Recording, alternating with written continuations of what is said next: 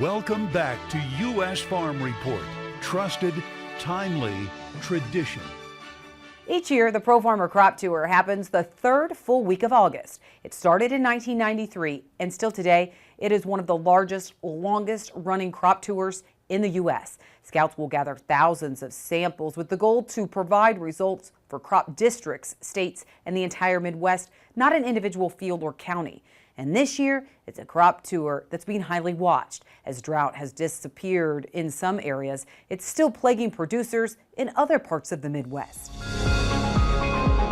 There's no doubt about it. Northeast Iowa is dry. Right now, to try to pinpoint a yield is nearly impossible. And part of that reason is we haven't seen a drought of this intensity in so long. Troy Deitmeyer is a pioneer agronomist covering the northeast corner of Iowa. He says this year the main theme is just how variable this crop could be. We're going to have some guys with the best crop maybe they've ever raised, and 8 miles down the road it might be the worst one since 1988 or 2012. The latest U.S. Drought Monitor paints the picture, showing nearly 99% of Iowa is faced with dry and drought conditions, with 3% of the state still in extreme drought. Probably some of the driest areas is probably around that Cedar Rapids, Iowa City area, and working your way down towards southeast Iowa.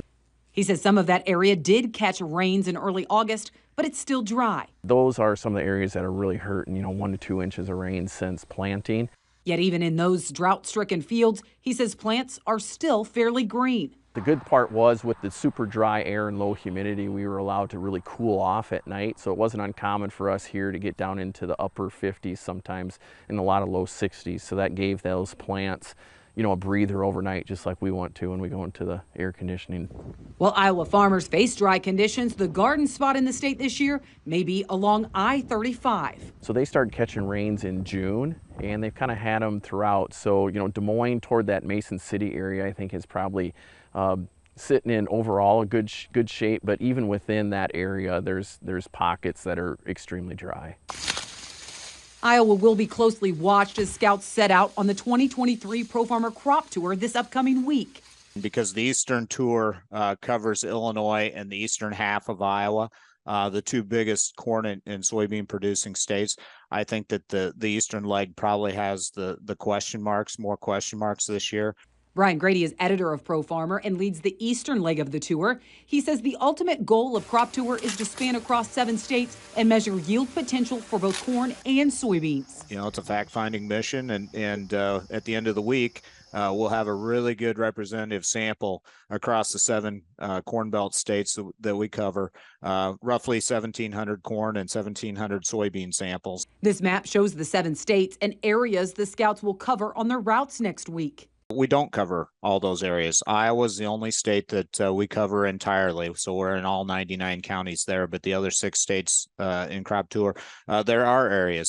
So we talk to producers that we know around those areas. We reach out to other sources within the industry and to get a good representative sample of those areas outside of where we sample from. With next week's forecast, Grady says the scouts will be measuring a mature crop. And the forecast is really hot next week, so we are going to push this crop to maturity, and we will be measuring more yield, actual yield than yield potential in a lot of these areas. And our corn formula works better in years when it's a more mature crop than a less mature crop. There's no question variability will be the headline with Crop Tour next week. But between advancements in genetics and producers propelling their production practices today, it's a question of how well this crop stood up to this year's weather extremes. And with producers upping their game with management and the improvements in genetics, it's really hard to put a number on, and we're probably just gonna have to wait till October to see how it turns out. We'll be on the road from Pro Farmer Crop Tour next week, but you can actually join the conversation virtually every night, as Clinton Griffiths will host Chip Flory and Brian Grady for Crop Tour Live. They'll release the nightly results and explain what scouts saw each day. Just go to the Pro Farmer Crop Tour website for that link.